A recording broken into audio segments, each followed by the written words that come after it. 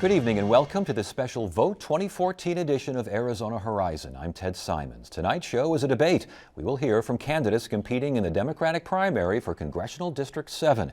As with all of Arizona Horizon's debates, this is not a formal exercise. It's an open exchange of ideas, an opportunity for give and take between candidates for one of the state's most important offices. As such, interjections, even interruptions, are allowed, provided that all sides get a fair shake, and we'll do our best to see that that happens. Congressional District 7 is an urban district covering parts of Phoenix, Glendale, and other valley communities. It's a majority-minority district currently represented by Ed Pastor, who is retiring.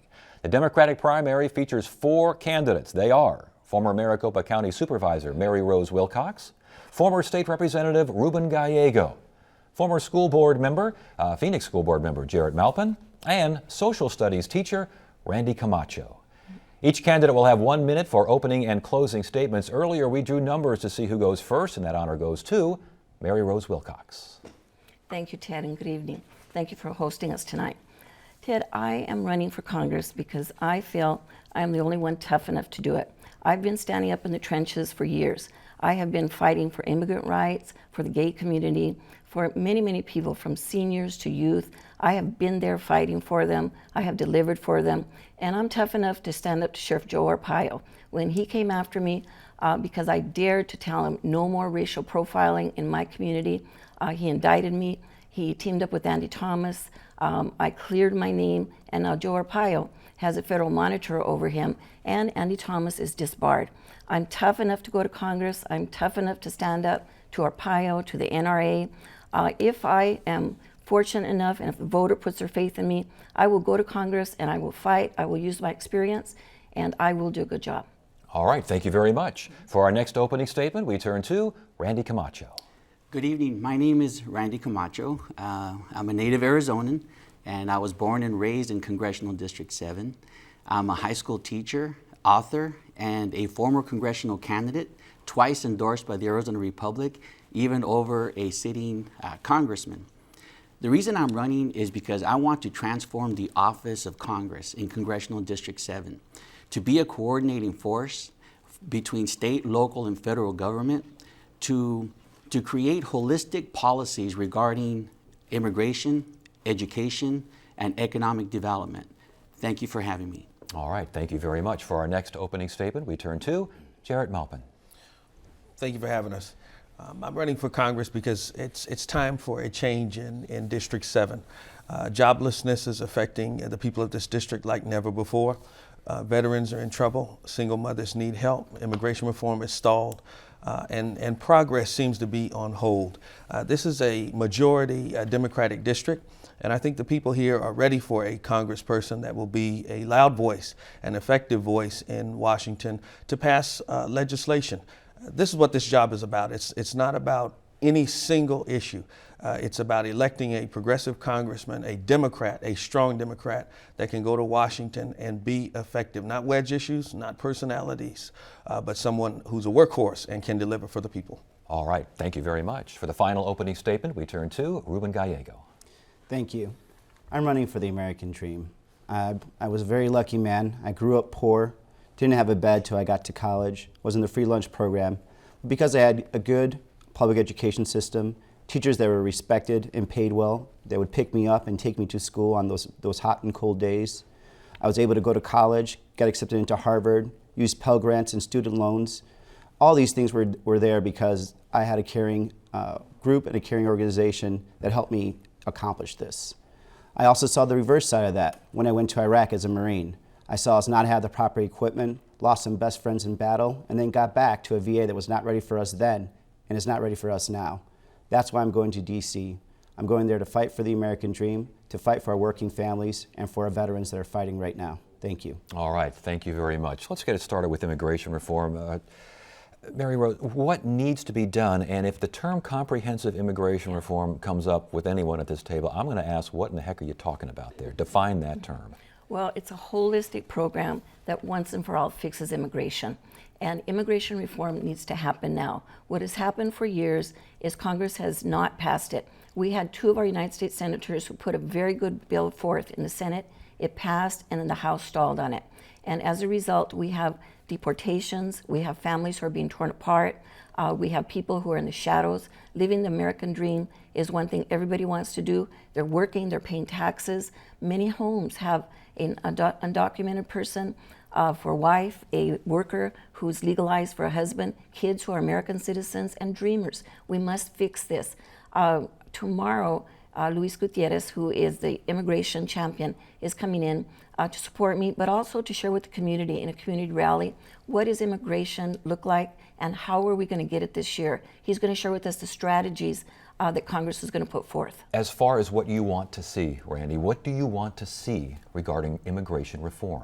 Well, I want to see state action, first, because we don't have the stomach for immigration reform on the federal level, which is why I'm proposing ARIA, Arizona Residency for Immigrants Act, which would make undocumented immigrants state residents. So in that regard, we would have driver's licenses for ID and for driving, in-state tuition for our dreamers. We would also have people coming out of the shadows in our communities as a result, and not being afraid to report job site abuses and so forth. We need to do something on the state level as well, and that's why ARIA is something that's very important to help us usher in immigration reform when it comes on the federal level. Jarrett, what do you want to see as far as immigration reform? I want to see families made whole. I want to see children made safe. I want to see students given all the opportunities that they deserve. There's a lot of demonizing that goes on of immigrants, and that must stop. That's why we have to send people to Congress that aren't going to be afraid to fight for the kind of reform that we need. We've been talking for years about it, and I think it's time to be honest. It hasn't passed in the past session. We don't know what's going to happen in the next session, but what we do know is that the people of this district can send someone who can champion that into the body and press forward, much like the Civil Rights Act or any other piece of landmark legislation. I think the most important thing that we have to recognize, though, is comprehensive immigration reform is not going to happen, and the president needs to step up and give deferred action to our mothers and fathers and people that are here in this country at this point that are undocumented and don't have any serious criminal history. We've seen good results from that. Our dreamers that have gotten their DACA, the deferred action, through the deferred action program, have been succeeding. We need to move on. The comprehensive immigration reform is not going to pass. The Republicans are not going to let it pass. The president should order executive order and stop separating these families. With that in mind, what limits should be placed on immigration? And what should the penalties be for violating immigration laws? Well, this is something that we're going to have to talk about for hours, but in terms of limitations, what we first have to deal with is the backlog of people that are in this country right now that are undocumented. Let's get them right with the law. Let's get them their status, so that way that we do not separate them anymore from their families. And at the same time, then we could start building again towards a momentum of bringing in comprehensive immigration reform, because it's not happening and people are getting unnecessarily deported right now. Ted, piecemeal immigration reform is an insult to human beings. We need a solve-all, not a Band-Aid. So we have to look at assessing a fee. We have to look at people that are already here. But our entire immigration system is broken. It's as much about our domestic immigration policy as it is foreign policy. But when you fix that immigration policy, again, what limits do you put on the policy and how do you enforce those limits? Ted, the immigration policy that we adopt, and the Senate is a good model for it. It's not the best bill, but it is a good bill. We have a lot of things in it that would give you H-2 programs, worker programs. America needs people who want to work. We have a shortage of workers, particularly in the service and the agricultural areas. And you're in Arizona, and you know that we have an ebb and flow across the border. 9/11 happened, it stopped. So the programs that we're going to adopt will give temporary worker status to people who want to come in for the seasonal work. And that will help a lot. People won't be stuck here. They won't have to have a border that's closed and they can't get back home. Again, please, Randy. ARIA does that.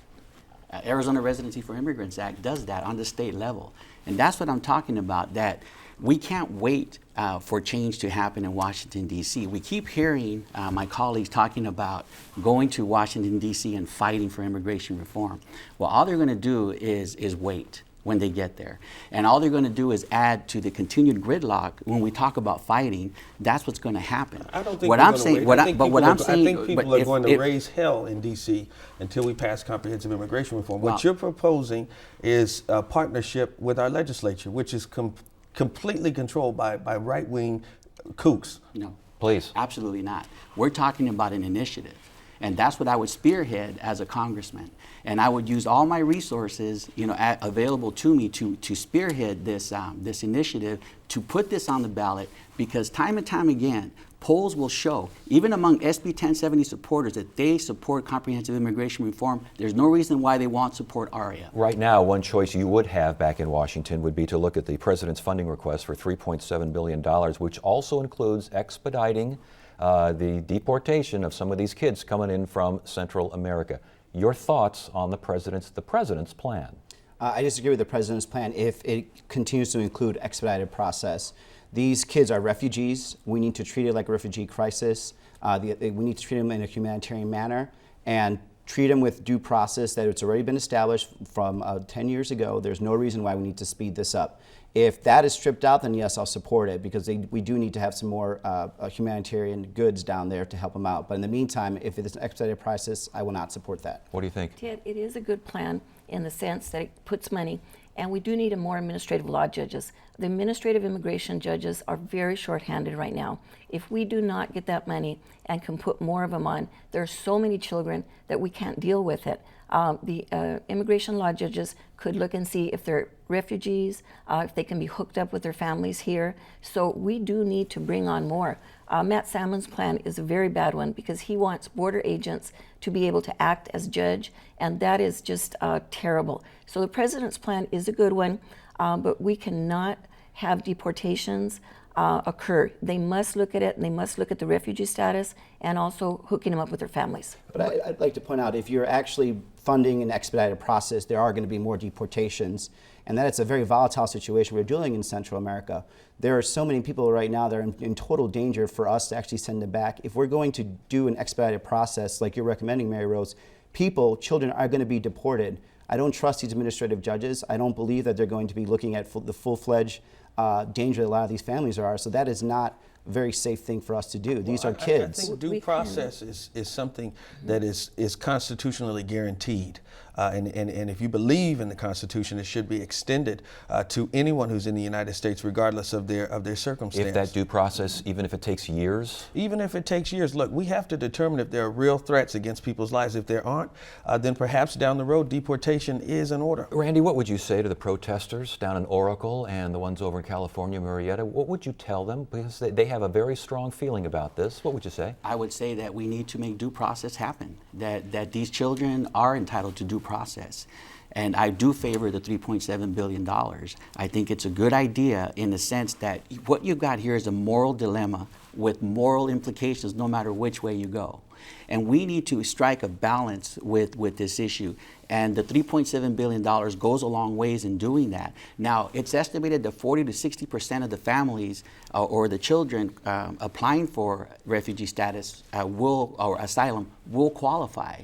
But then again, you've got people, as you say, going back as a result that won't qualify, which is why I said before I favor the $254 million that President Obama is allocating to Central America as a humanitarian aid. Okay, let me just clarify. I do not want to deport any child, but I do want to put on more administrative law judges so they can deal with a large amount of numbers. These children must be adjudicated. Most of them will fall into the category of refugee or linking them up with families. But the bottom line is immigration reform. If we had had immigration reform, this wouldn't be happening. That's and not that true. is They're two separate issues: comprehensive immigration reform and the crisis in South and Central America. Look, we have stalled. The Republicans have stalled comprehensive immigration reform, and they have screwed up our foreign policy. We have to address these issues separately. I don't agree. I really think that comprehensive immigration reform, if it had passed, this problem could have been handled a lot better.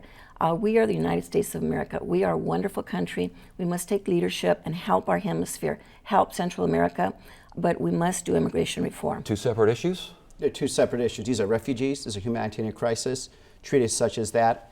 Immigration reform has to be separate, and immigration reform is not going to happen. The president should act and do an executive order right away. Poverty is a humanitarian problem throughout Latin America, and as long as poverty exists, we're going to have a border that's just more than concrete, steel, and an unforgiving desert. We have an economic border, and we have to do our part to make sure that we shore up the economies around Latin America using our entrepreneurial spirit raise the quality of life of folks so that they won't, risk their lives coming to America. A Marshall Plan for Central and South America, and other something along. What would you say to those protesters down in Oracle and those in Murrieta, California? Have a heart.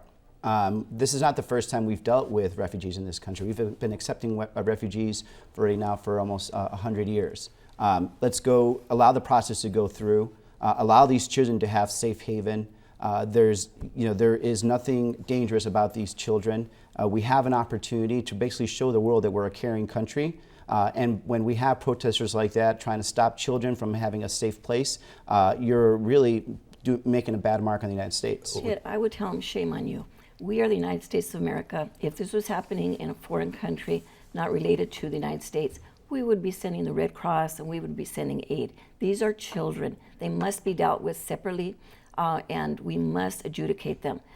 These people who are protesting, look at Sheriff Babu. What did he do? He let out information just to get publicity. That is horrible. We don't need that. I would tell them to be slow to anger and quick to love. I think it was the St. Louis, a ship that had some Jewish refugees that had managed to reach the United States trying to flee what in essence became the Holocaust. We have to be careful. We have to give folks due process, welcome them, and make sure they're safe. Can we afford to do that? Of course we can. Economically, we can afford to do that? Of course we can. Can we afford to do that? Yes. But we have to, again, I have to say that when it comes to the protesters, it's very troubling but this goes back to my ARIA point of view in that the frustration, these extremists are tapping into the frustration of Arizonans over federal inaction. ARIA is a way to counter that, and that's how I plan to do it. With comprehensive immigration reform or even piecemeal immigration reform, any kind of immigration reform, you know that a lot of people say we can't afford to be spending our resources on folks who are coming here unauthorized. How do you respond? If you had comprehensive immigration reform, the people would be authorized. We've talked before, the economy of the United States needs foreign workers, and we need sometimes seasonal, particularly here in Arizona. We know the produce, we know agriculture, we know service. I was at the Tourism Bureau yesterday making a presentation. That's their number one issue, immigration reform. We do need people who will be able to come back and forth in a seasonal way, so we can afford it. And these people who are here, they're not welfare. They are working, they're paying taxes right now, and they're living in the shadows. Ted, this idea that somehow they're going to cost the government is just, it's sad. I'm the son of immigrants. I'm the first generation born here, and I know my family members contributed to this economy. They started businesses. They have actually sent, family members to serve in the military like I have. So this idea that, are undocumented, are not net contributors to this country is really sad, because they've not only contributed in terms of their tax dollars, when they pay their taxes every day, when they buy anything, but they also have contributed some of their kids to these wars, and that's ridiculous that we're trying to demonize all of them. My wife is an immigrant from Chihuahua, Mexico. They are productive members of our society. They're human beings with inherent worth and dignity. But we have to be careful with immigration reform. It's not just about farm workers, which need fair pay and health care benefits. We cannot deliver people into second-class citizenship. That's why we must have comprehensive immigration reform, a living wage, access to health care, access to education, all or nothing. America is not a land of first and second classes. ARIA it shouldn't does be. that. I thought you were going to say ARIA that. does that. Let's see if ARIA addresses the idea of economic growth in District 7. That is a major factor in this race, and it's something you can affect back in Congress to a certain degree. What do you do? Well, if you're talking ARIA, we're talking Dreamers being able to go to college, making it more accessible, more affordable, to add to the workforce that we need to usher in the new economy that's coming, more technology, more investment in our infrastructure, and more investment in research and development. And we need to work on our freeways. South Mountain Freeway should be completed, and we do need to work on our airport as well. Economic development for the Congressional District. What do you see? What needs to be done? We need to pass a transportation bill in Congress. The infrastructure of America is crumbling. We need to pass transportation. We need to build the I-11 from Nogales to Canada. We need to widen the I-10. We need to fix our bridges, fix our earthen dams, get light rail. in South and West Phoenix. And that only does one thing. It gives jobs to the working men and women of our district. That would be tremendous. I've done so many economic projects, from building the DBAC Stadium and putting 1,700 people to work, to building the Maricopa County Courthouse, putting about another 2,000 people. These are good paying jobs. And when you build infrastructure and you can bring in transportation money, you get good jobs. What do you do for the economy of that district? Well, like everything else and everyone said here, you invest in infrastructure, light rail to South Phoenix, invest in the airport, but also we need to start creating the new economy of Arizona. That new economy has to be based also on technology and knowledge. So we need to get more research grants into our biotech, into our TGen down here in downtown Phoenix, all in District 7. And then we also have to start creating Arizona to be the energy corridor of this whole country. We're going to have to start shifting this country from carbon-based energy to solar-based energy, and District 7 could be the headquarters for that for this whole country. How do you get the man and the woman on the street of Congressional District 7 to work? You go after the big contracts for the highways, for the light rail, but you challenge the contractors once they get the money. Once the money's in their hand, as the congressperson, you challenge them to hire people from that area. The problem is we have a lot of great projects, but you know, and on the south side they called the light rail the white rail because that's all that they saw. It's important for us to as leaders, make sure that we're hiring people from the area on these jobs, and it takes someone with a passion for civil rights to do that. I'm not convinced my opponents are going to advocate for folks on the ground. In fact, they haven't. She built the ballpark, but the Coalfelt projects still have swamp coolers. He was involved at the legislature when we passed road improvements. We don't see minorities working on the roads in South Phoenix. I don't know where Mr. Camacho's been. We need an advocate for jobs, someone that's going to say you will hire people of color and poor whites from the inner city. People of color not getting these jobs, Mary Rose? No, that's absolutely false. When we built the stadium, 1,700 people got jobs, and I was the third vote in that stadium. You know what I put in the line? I even got shot for that stadium because somebody did not like it. But you know what? I'd do it all over again because my vote was contingent on people from the area getting jobs. You saw people of all color working. 383, the labor union, had immense amount of jobs. The stadium was built 85% union jobs and local. And it's a black hole for tax money. They're not paying their fair share to be in our community. That's not true. Let's get back to this idea of people of color not getting some of these jobs. Actually, we need to be doing a better job. I'll give Jared credit. I mean, this is not something that we're not doing as good as a job, and we as elected officials should continue to do that, and we should hold accountable the road crews, anything that is really government funded, and the airport. The airport contracts need to go to deserving, deserving minority businesses that actually are truly trying to get their foot in the door and not just be well politically connected. I want yes or no's because that's all we got time for. Okay. Raising the minimum wage. Yes. Even if it costs jobs? I don't think it'll cost jobs, and I've always paid my workers far above the minimum wage. Yes or no? No proof has ever shown that raising minimum wage will actually create a job loss. So of course I do support raising the minimum wage. Randy? I support raising the minimum wage. Do you believe it costs jobs? No, I don't. What do you think, Jared? Raise it because it's right and it's just. It won't cost jobs. It will increase prosperity and build up our middle class. All right. Each candidate will now give a 1-minute closing statement, and going in reverse order of the opening remarks, we start with Ruben Gallego. Thank you. As you've heard from everyone here, we're all very interested in our district and Arizona, but I'm truly interested in our working class families and our veterans. It's something true to my heart. Growing up poor in a single family home, I saw how hard my mom struggled to raise us. And she did a great job. She sent all 4 of us to college, something that very few people can do. But I want to make sure other Americans have the same opportunity that I had to start poor and end up at being a contender to run for Congress, or like my sister who is now in medical school. This is the American dream, but it's starting to basically be deteriorated. I need to go to DC to continue to fight for our working families and to assure that the future of this country belongs to them. Thank you. All right. Thank you very much. And for our next closing statement, we turn to Jared Maupin. I want to be your congressman because I understand what your needs are. People are jobless. They need jobs. People can't make ends meet with their bills every month. We lost more homes during the Great Recession than any other of the top 30 cities, metropolitan areas in America. We need better schools. We need big federal contracts to put people with the education of yesterday, with the jobs of yesterday. Not everyone's ready for the jobs of tomorrow because we failed them. I want our government to step in, build up our middle class, pass comprehensive immigration reform. Women need equal pay. Single mothers need all-day kindergarten and fully funded Head Starts. Our Head Starts are closing. They're running out of money. It's hard times in District 7. We're the poorest, but we have the most potential. I want to see factories in Maryvale, factories in South Phoenix. I want to see us working and growing. We have the potential, the energy, the resources. It's our time. All right, thank you very much. Randy Camacho next with our closing statement.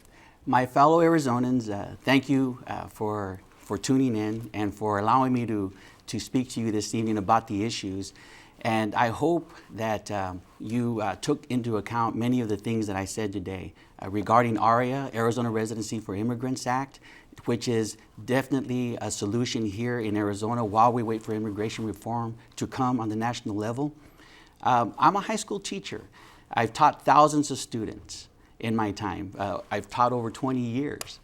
And in doing so, I'm asking you for your support, to send me to Washington, D.C., to represent you in Washington and in Arizona, and so that we can usher in solutions, pragmatic solutions for education, immigration, and economic development. Remember, Randy Camacho from the Roots Up.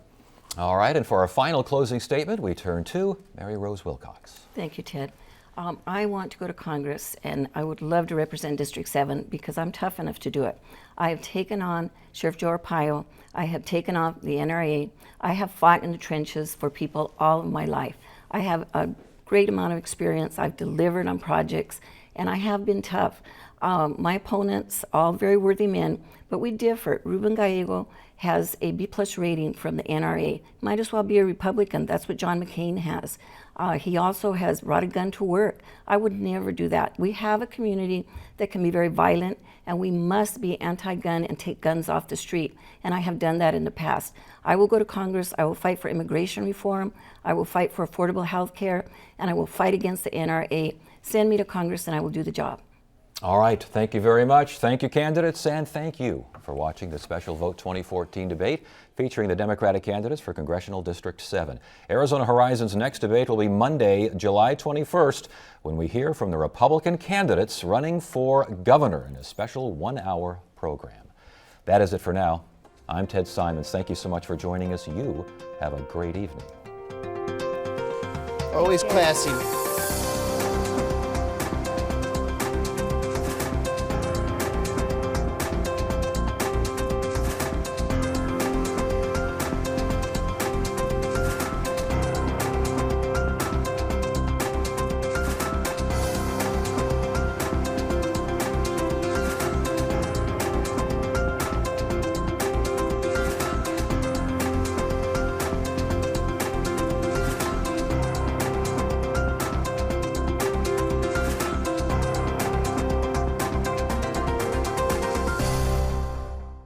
Arizona Horizon is made possible by contributions from the Friends of 8, members of your Arizona PBS station. Thank you.